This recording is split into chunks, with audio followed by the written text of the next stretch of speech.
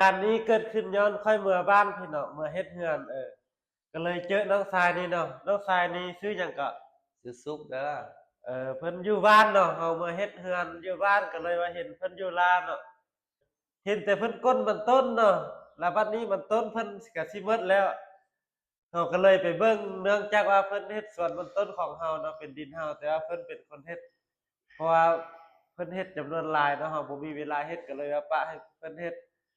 แล้วบัดนี้มันต้นเพิ่นก็ก้นหมดแล้วเนาะแล้วแล้วบัดนี้บ่มีเวียกเฮ็ดแม่นบ่โดยก็เลยว่าไปนั่งกินส้มนั่งลิ้นไปลิ้นมาเพิ่นก็ว่าจะไปเฮ็ดเวียกเฮาก็เลยว่าลองเอามาลองเฮ็ดดูเนาะเวียกตัวนี้จะเป็นเวียกแอดมินเด้อที่จะเอามาช่วยนี่โดยเป็นเวียกแอดมินตอบแชตแล้วก็ลมลูกค้าบ่เว้าแต่ว่าเวลาลูกค้าแชตมาทางเฟซแล้วก็มาทางหน้าห้านเนาะโดยบางเทื่อตุ้นบ่อยู่ก็จะให้ซุกนี่เป็นผู้รับแทนเนาะเจ้า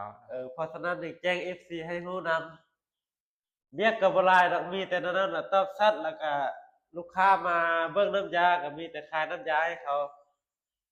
หรือว่าลูกค้าอยากมาลองอยากทดสอบว่าสินค้าเห็นผลแท้บ่เราก็เอาเครื่องให้ลูกค้าลองหรือว่าเราจะลองให้ลูกค้าเบิ่งก็ได้ครับเพื่อให้เขามั่นใจว่าสินค้าเรานี่ดีเห็นผลเออเพราะฉะนั้นเวียกเราก็มีแต่ซ้ำนั้นเนาะถ้าเบิ่งว่าสุกนี่สิรอดหรือบ่รอดเนาะถ้าเบิ่งนำกัน อีกประมาณ2 อาทิตย์หรือเดือนหนึ่งเรามาประเมินผลงานนำกันเนาะโดย